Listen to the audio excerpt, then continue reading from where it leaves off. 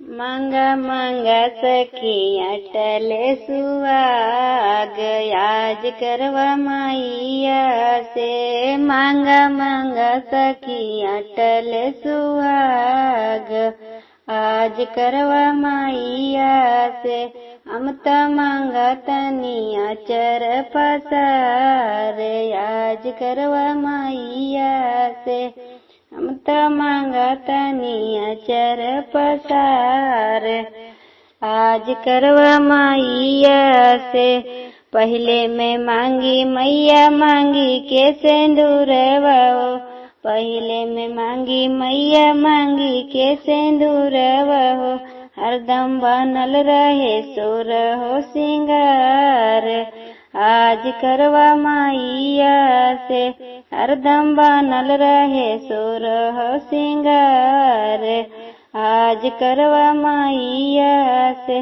हम त मांगा तनी अचर पसार आज करवा मैया से।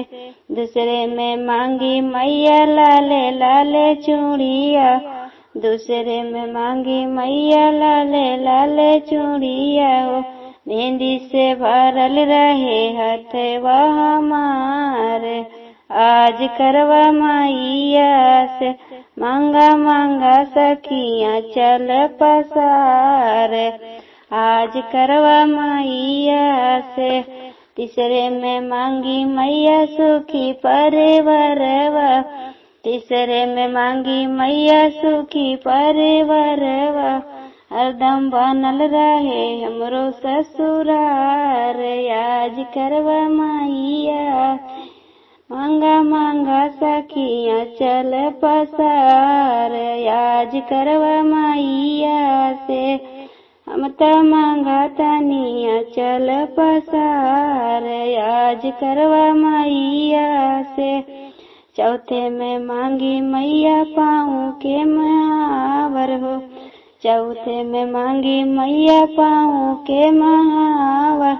हरदम बाजत रहे पायल हमार आज करवा मैया से।